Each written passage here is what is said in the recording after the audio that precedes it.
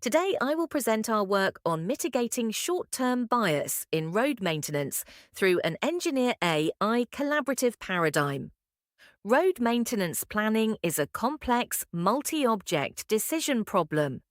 Engineers need to balance many factors at the same time: budget, safety, traffic impact, and long-term performance. In practice, maintenance decisions are often influenced by personal cost-risk preferences. Decision makers may select interventions with lower immediate costs while overlooking long-term life cycle consequences, leading to systematic short-term bias. Our work aims to support engineers in this process, not by replacing them, but by detecting potential short-term bias and providing adaptive decision support. First, let us look at how road maintenance decisions are traditionally made. In conventional practice, an engineer observes the road condition, forms a belief about its state, and selects an action from a set of options, such as inspection, minor repair, or rehabilitation. These actions affect the asset condition over time and lead to different cost trajectories. However, this process is largely experience-driven and typically lacks systematic long-term planning. Engineers may prioritize immediate feasibility, budget constraints, or operational convenience, which can unintentionally introduce short-term bias into decision-making. To address this, we propose an Engineer AI collaborative paradigm.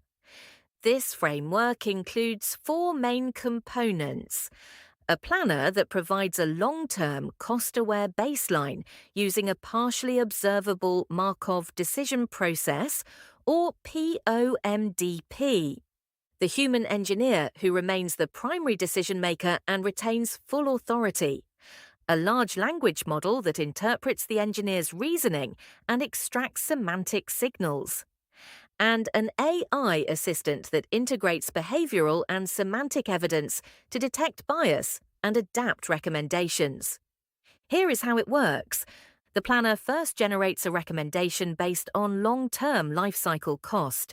The engineer can either accept it or choose another action. If the engineer rejects the recommendation, they give a short explanation. The LLM then analyses this reasoning against engineering facts to identify whether it reflects short-term considerations. At the same time, the system evaluates behavioral deviation, the difference between the planner's long-term optimal action and the engineer's selected action. These two signals, behavior and reasoning, are combined to estimate how strong the short-term bias is. If the bias is high, the assistant steps in and suggests a revised action that is still cost-aware, but easier for the engineer to accept. This paradigm provides several advantages. It enables detection of short-term bias in human decisions. It adapts recommendations to improve acceptance while preserving long-term outcomes. It maintains human authority in the decision loop, and it offers interpretable support rather than black box optimization. Now, let's walk through a concrete example to see how the system works in practice. We start with a road segment. The planner first generates a baseline recommendation based on long-term life cycle cost. In this case, it suggests an overlay treatment. But the engineer is not forced to accept this. They can either accept the recommendation or choose another action. Here, the engineer selects a different option and provides a short explanation. Now, the system begins to interpret the decision. It looks at two things at the same time. First, how different the chosen action is from the planner's baseline, and second, what kind of reasoning the engineer provides. In this example, the explanation mainly focuses on immediate cost, essentially saying that this option is cheaper. This signals a possible short-term preference. The assistant therefore evaluates whether this is just a practical choice or a sign of short-term bias.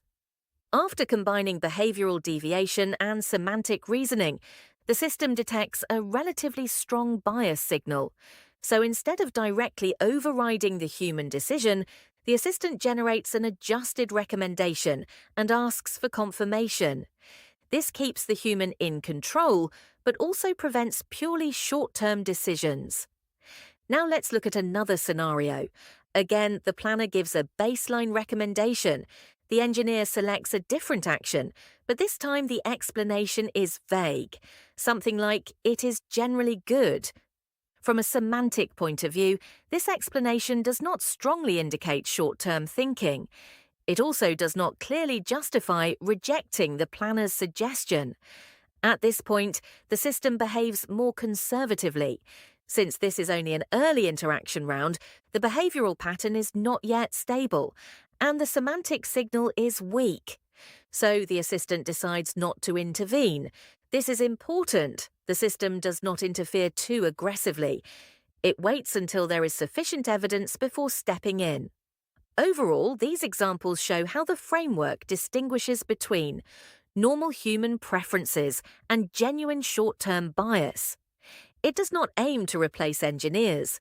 Instead, it supports them by monitoring decision patterns, identifying potential bias, and providing adjusted recommendations only when necessary. This creates a collaborative decision process. Road maintenance is no longer a purely optimization task, but a human-AI collaborative decision problem that involves complex cognitive considerations.